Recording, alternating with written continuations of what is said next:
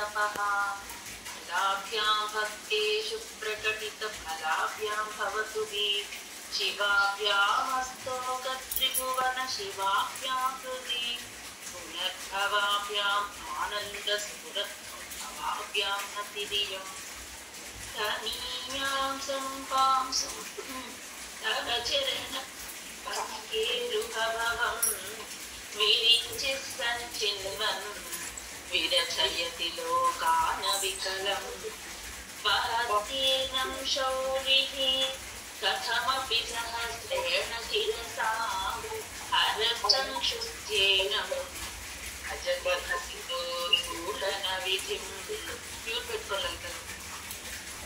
गळन्ति शम्भो तच्चरितः सरितः किल्बिषरजो दळन्ति धीकुल्य सरणिषु पतन्ति विजयता दिशन्ति संसारभ्रमणपरितापोपशमनम् वसन्ति मच्चेतो हदभुवि शिवानन्दलहरी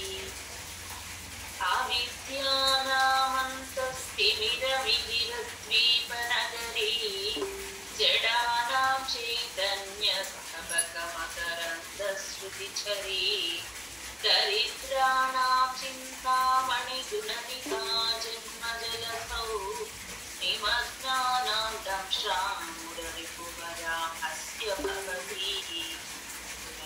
वेद्यं नृत्यं त्रिपुरहरमाद्यं विनयनं जटाभारोदारं चलदुरगहारं मृगधरं महादेवं देवं मयि सदय भावं पशुपतिं चिदालम्बं साम्बं शिवमतिविडम्बं हृदि भजे त्वदन्यः पाणिभ्याम् अभयवरदो दैवतगणः त्वमेका नैवासिप्रकटितवराभीत्यभिनया भयात्रातुं दातुं फलमपि च वाञ्छासमधिकं शरण्ये लोकानां तव हि चरणावेव निपुणौ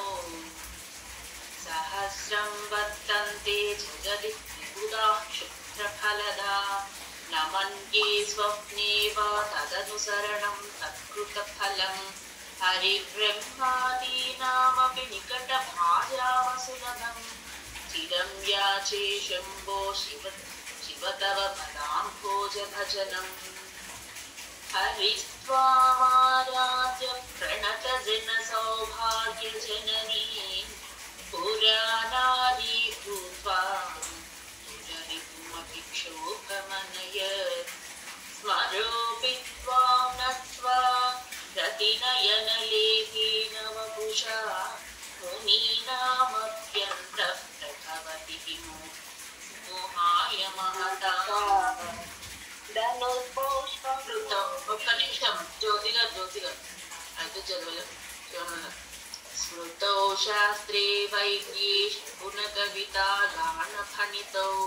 పురాణే మంత్రే వా స్తుతినటన హాస్యేష్వచతురః కథం రాజ్ఞం ప్రీతిర్భవతి మయి కోహం పశుపతి పశుం మాం సర్వజ్ఞ ప్రతిత కృపయా పాలయ విభో